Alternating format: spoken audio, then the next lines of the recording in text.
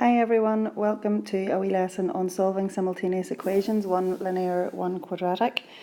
You can see that here we have the linear and here we have our quadratic. So we always start with the linear and we look to see is there anything that we need to do with that to rearrange it. And this is a nice question because it's got a y equals, and you could just leave it as it is and replace the y term in the quadratic with x minus 9. So that's what we're going to do. If we take this linear equation and substitute y equals x minus 9 into the quadratic. So where we see the letter y, we're going to replace it with x minus 9.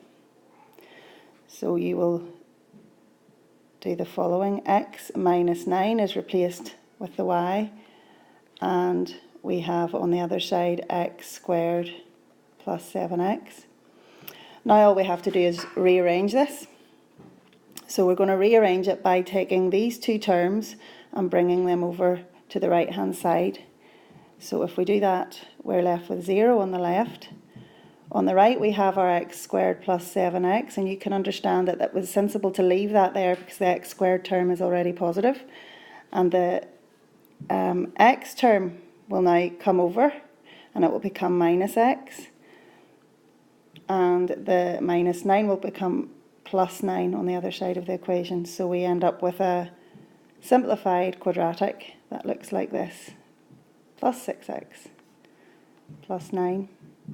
And we're going to factorise that. Now we can factorise by inspection. I know a lot of you don't like it, but I'll just run through inspection quickly again. You've got x. The 9 is achieved by multiplying either 9 and 1 together or 3 and 3 together. Now 9 and 1 will not work because of this 6. The 6 will not be achieved by a 9 and a 1. Whereas the 3 and the 3 will work. So the 3 goes in here. And this here tells us that the signs have to be the same. They have to either both be negative or both be positive. So they're going to have to both be positive in this particular example. And that gives us a solution of x plus 3 equals 0. Now you can see this is a repeated solution. And a repeated solution basically means these two are exactly the same. So we have x equals minus 3. Apologies for my writing.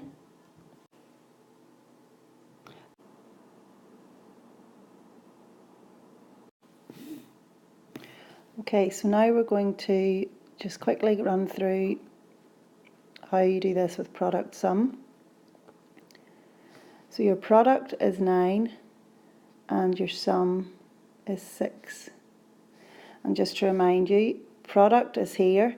If there's a term in front of the x squared term, you multiply it by the 9. In this case, the product is just 9 because this is technically a 1, and the sum is positive 6. So we have to think of two numbers that multiply to give 9 and add to give 6, and those two numbers would be 3 and 3. Now at this point I would always encourage you to check, do those two numbers multiply to give 9? Yes. Do they add to give 6? Yes. So we take our two numbers, and because this is an easier one where the coefficient of x squared is just 1, we can simply just write in those two terms into our equation. And we get our solution, x equals minus 3 again. Okay, so at this point you've worked out your value of x and you need to go and work out a value of y. So we're going to substitute that value of x equals minus 3 back into our linear equation. So if you go back and look at the question, you will see that the linear equation was y equals x minus 9. So you're taking your value of x and you're replacing it with minus 3. So minus 3 minus 9. And y then works out to be minus 12. And that is the question done. So this example is a little bit harder because of the, well, the fact that this term here has a 4y in it and that this quadratic term has much more going on. But if you look at the linear sits there at the minute and needs to be rearranged. But let's try and go for rearranging it so that we're making life easier for ourselves. So what not to do would be to try and make y the subject. Let's just make x the subject. So x is equal to 5, and if you notice, you'll see that the 4y comes over to the other side and becomes minus 4y.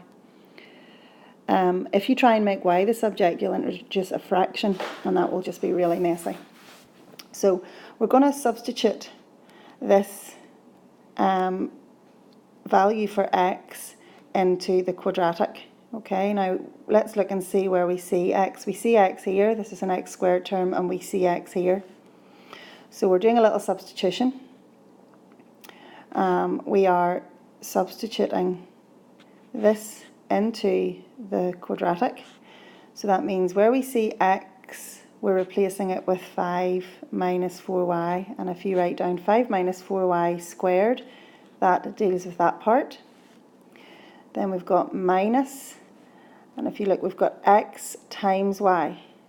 So the best thing to do here would be just write down x upon y. Now you're used to seeing that being written the other way, so the y at the front of the bracket, so we'll sort that out in a wee minute. And then minus 3y squared equals 5. So we're going to tidy this up. Now tidying it up means we have to actually expand those brackets, multiply them out. So make sure that you do write them out in full. Remember that squared means you're multiplying it by itself. Then we've got minus y upon 5 minus 4y. Excuse me. That was just the banana loaf coming out of the oven. Smells good. Anyway, that's the equation now written out, and we're now going to multiply out. So we've got 25. Now, that's the 5 and the 5 multiplied to give 25. Then we multiply inside and outside. And if you're happy enough managing the fact that that is minus 20y minus 20y, that becomes minus 40y. Try to cut down, if you're confident with that, cut down the writing a wee bit, and then plus 16y squared. Then we are multiplying out minus y by 5 and minus y by minus 4y. So that's minus 5y plus 4y squared minus 3y squared equals 5. So you see we've got this big expression now that needs simplified. So we're going to bring all the y terms together. So we've got our 16y plus 4y minus, 16y squared plus 4y squared minus 3y squared. So that overall gives us 20y, take away 3y, which is 17y squared. Then we've got our y terms. So we've got minus 40y minus 5y. So that gives us minus 45y. And finally, we've got our number terms. We've got 25. Apologies for my writing there. 25. And then the other the other number terms on the other side. So if you're happy enough with the idea of that being positive 25, take away 5 to give you positive 20. And now we're going to simplify that if we can. So is there anything that can be divided into those terms? No. And in fact, this question, because it is a harder example, I'm guessing will not factorise. So we're probably going to have to use the quadratic formula, which I will do on the next slide. Okay, the quadratic formula is used like this. You've got your value for A, which is 17, your value for B, and if you just remember, your value for A is the coefficient of the y squared term, the value for B is the coefficient of the y term, and the value for C is this term at the end. So value for B is minus 45, and the value for C is 20. It's highly unlikely you'll get anything as hard as this. This is from an additional maths textbook. or GCSE Further Maths textbook. But anyway, let's work with our quadratic. So it's y equals, normally x equals, but in this case the letter term is y, minus b plus or minus the square root of b squared minus 4ac all over 2a. So y works out to be, now b, if you notice, is already minus 45. So minus 45 is going to be positive 45 plus or minus the square root of, and then this is where we have a term that we have to square. It's again negative, and two negatives will multiply to give a positive.